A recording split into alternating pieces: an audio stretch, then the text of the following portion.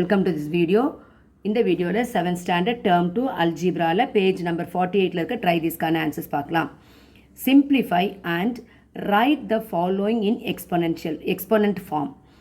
இது வந்து laws of exponents use பண்ணி ஃபஸ்ட்டு சிம்பிளிஃபை பண்ணிக்கலாம். பண்ணிவிட்டு அதை வந்து அப்படியே எக்ஸ்பொனென்ஷியல் ஃபார்மில் எழுதலாம்.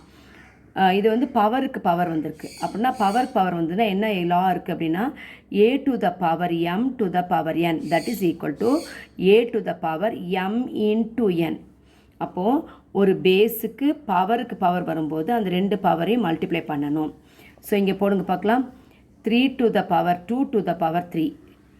ஸோ இது 3 அப்படியே போடுங்க. போட்டுட்டு இது ரெண்டையும் மல்டிப்ளை பண்ணுங்கள்.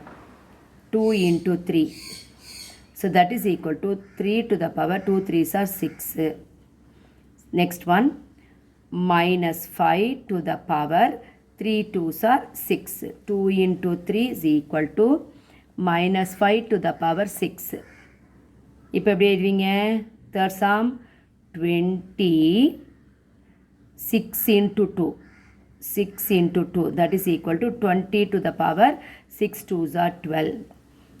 Next one வந்து 10 to the power 3 into 5 that is equal to 10 to the power 15.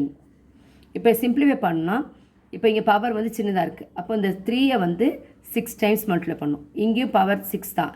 ஆனால் இங்கே 12 இருக்கிறதுனால 12 டைம்ஸ் எழுதி ஆன்சர் கண்டுபிடிக்கணும். இது வந்து ஈஸி தான். உங்களுக்கு 0 போட்டு போயிடலாம். ஸோ இங்கே நம்ம எக்ஸ்பொனன்ட் பவர்லேயே அப்படியே விட்டுடலாம். therefore 2 to the power 3 is 3 power 6.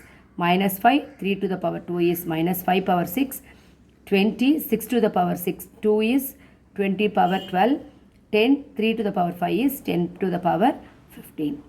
Thank you.